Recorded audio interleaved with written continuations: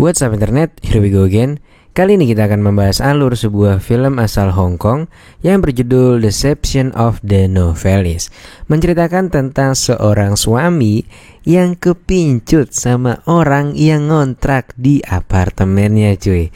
Karena ya emang yang ngontrak itu bening banget cuy. Oke, tanpa berlama-lama lagi langsung aja kita masuk ke dalam alur ceritanya.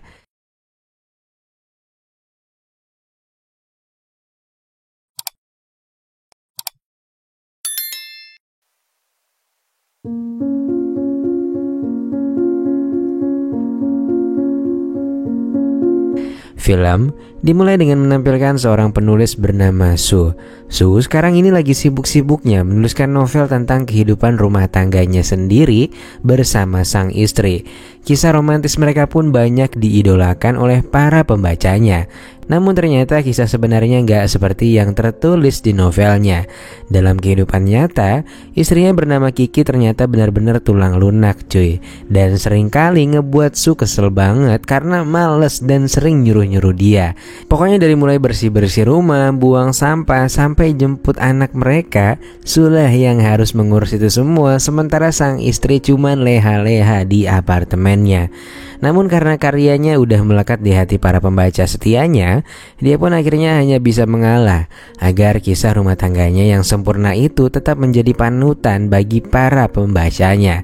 Su memiliki beberapa apartemen yang diwarisi oleh orang tuanya yang belum lama ini berpulang ke dunia anime. Suatu hari rekannya yang bernama Jason menghubunginya dan mengatakan bahwa ada seorang model yang ingin menyewa apartemennya. Dengan senang gembira, Su pun langsung menuju ke apartemen sewaannya untuk menemui orang tersebut. Singkatnya begitu sampai di sana, ternyata orang yang akan menyewa apartemennya benar-benar enak dipandang mata cuy. Pokoknya tipe gue banget dah dia. Dan model bernama Chan itu berasal dari Jepang. Lantas setelah melihat-lihat apartemen Su, dia pun segera pulang.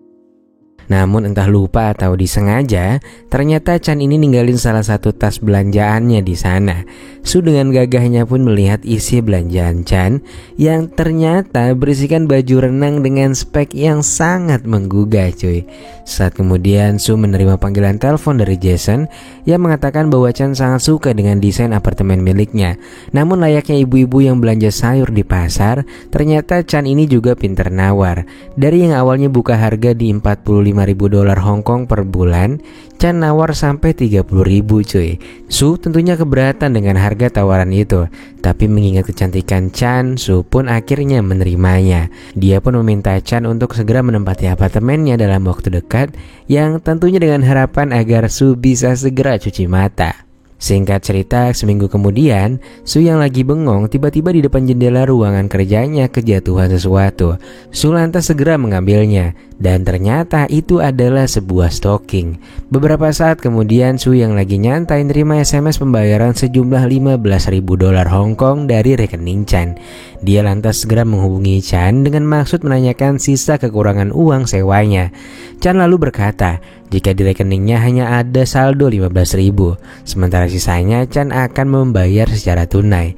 Wanita itu pun meminta untuk ketemuan aja di apartemennya kalau si Su lagi ada waktu. Gak pakai nanti-nanti, Su lantas izin dengan sang istri akan pergi ke gym saat itu. Dan gak lama kemudian dia pun tiba di tempatnya Chan. Mereka lantas menuju ke sofa. Ketika itu Chan mengeluhkan soal pekerjaannya yang lagi menurun. Dia minta nego lagi sama Su, tapi bonusnya Su bisa bebas kapanpun datang ke apartemennya.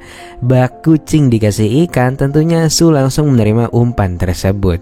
Dan gak pakai banyak cincong, mereka pun langsung melaksanakan perpusrengan duniawi. Dan singkatnya setelah beres mengeluarkan kental manisnya, Su pun langsung balik ke bawah secara diam-diam. Singkat cerita, 1 bulan berlalu. Hari itu Su berniat untuk menagih uang sewa sebesar 30.000 lagi. Namun lagi-lagi Chan menawar jadi 15.000, dan sisanya ya kayak biasa lah, dibayar pakai jasa pusreng. Chan bahkan sampai menuliskan surat kesepakatan kalau Chan bakal bayar 15.000 tiap bulan. Dan tentunya Su bisa bebas mau ngapain aja sama dia. Su yang udah ngerasain gayboy mujairnya Chan pun langsung menerima kesepakatan itu. Dan mereka lantas kembali melaksanakan perpusrengan duniawi. Mereka yang habis 3 ronde pun kelelahan sampai dia nggak sadar dan terbangun pas udah paginya. Dia kemudian ngibrit turun ke bawah, lalu berakting lagi sarapan pas kebetulan sang istri baru aja bangun. Dia pun bilang kalau semalam dia teler dan tertidur di sofa. Mendengar pengakuan Su membuat Kiki jadi agak curiga. Dan akhirnya ketika Su izin pergi nge-gym di bawah, Kiki pun jadi ngikutin dia. Hari demi hari berlalu, Su pun jadi jarang ketemuan dengan Chan. Nah, si Chan ini ternyata udah pengen banget ketemu sama si Su. Udah lama rasanya mereka nggak ngadu mekanik. Mereka pun akhirnya merencanakan sesuatu. Awalnya Su ngajakin istrinya untuk liburan berdua ke luar negeri selama semingguan, sementara anaknya bakal dititipin ke Bibi Mei karena harus sekolah juga kan. Dia sampai beli tiket pesawat dan hotel beneran cuy. Lantas begitu besoknya harus jalan, Su beralasan kalau dia nggak bisa ikut karena alasan pekerjaan. Dan akhirnya Su pun berhasil menjalankan misinya dan dia bisa bebas ngadon di apartemen Chan. Singkat cerita, di malam harinya Chan pun langsung menemui Su, yang mana saat itu kebetulan anaknya juga belum tidur. Gak butuh waktu lama, Chan pun cepat akrab dengan anaknya yang bernama Ming itu. Lantas setelah Ming tertidur, mereka pun langsung melaksanakan perpusrengan duniawi. Singkat cerita, seminggu sudah waktu berlalu. Su tentunya mulai kembali kesepian karena dia terus diawasi sang istri. Lalu suatu hari Su pun berniat menjemput Ming di sekolahnya. Namun begitu tiba di sana, sang guru mengatakan bahwa Ming udah dijemput sama bibinya. Nah, usut punya usut, ternyata yang menjemput Ming adalah Chan yang emang udah akrab seminggu belakangan ini. Di sisi lain, Su yang panik pun segera mencari keberadaan Ming ke seluruh taman, dan dia pun berhasil menemukannya. Nah, ketika mereka ngobrol, ternyata tujuan Chan adalah untuk bertemu Su.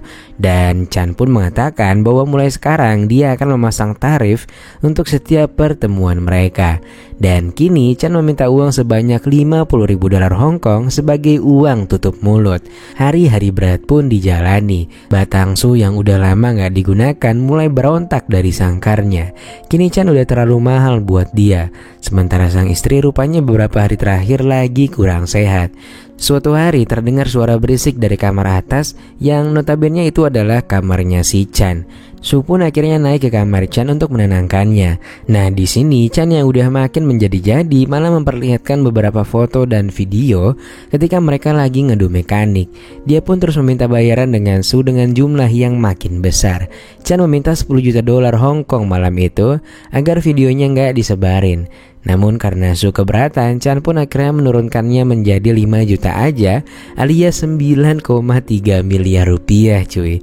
Su yang bingung dengan masalah ini pun akhirnya menceritakannya kepada kedua sahabatnya. Sang sahabat yang berprofesi sebagai pengacara pun menyarankan Su untuk menyewa seorang preman bayaran untuk memulangkan Chan ke dunia anime. Dan ketika itu Su pun terlihat mulai tertarik dengan saran dari sahabatnya itu. Singkat cerita, keesokan paginya ketika Su tengah mengantarkan Ming ke sekolah, Chan mengirimkan pesan peringatan bahwa besok adalah batas akhir Chan harus mengirimkan uangnya. Chan pun dengan santainya membalas bahwa nanti malam mereka akan ketemuan di bioskop. Dan singkatnya begitu malam hari datang, terdengar suara benda terjatuh dari atas apartemen. Dan ternyata itu adalah Chan dong anjir. Gak lama kemudian polisi pun berdatangan. Dan pada keesokan harinya seorang detektif junior memberitahu seniornya atas kecurigaannya dengan Su. Lantas para detektif itu pun mendatangi Su dan meminta untuk diantar ke kamar Chan. Mereka pun menemukan beberapa bukti seperti ponsel milik Chan, dan buntut dari penemuan ponsel itu pun membuat Su kini harus diperiksa oleh pihak kepolisian. Polisi mencurigai daftar transaksi pembayaran sewa yang jauh dari harga pasaran. Mereka juga menemukan surat perjanjian yang tempo hari sempat dibuat oleh Chan. Dari sana, Su pun akhirnya mengaku bahwa mereka memiliki hubungan spesial. Su juga bilang kalau beberapa bulan terakhir Chan terus meminta sejumlah uang dengannya. Lantas Su pun akhirnya kilaf dan dia mendorongnya sampai terjatuh. Dan kini dia pun ditetapkan sebagai tersangka.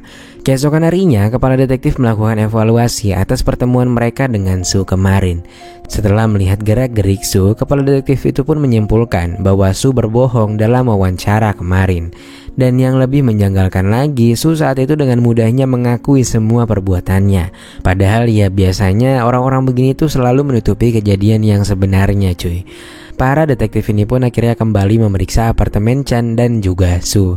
Dan di sana mereka pun menemukan buku harian Kiki dan menemukan fakta yang sangat membagongkan, di mana Kiki ternyata udah mengetahui hubungan Su dengan Chan. Bahkan dari rekaman CCTV, Kiki terlihat depresi dan hampir bunuh diri, cuy. Dan dari sinilah Kiki pun akhirnya dimintai keterangan.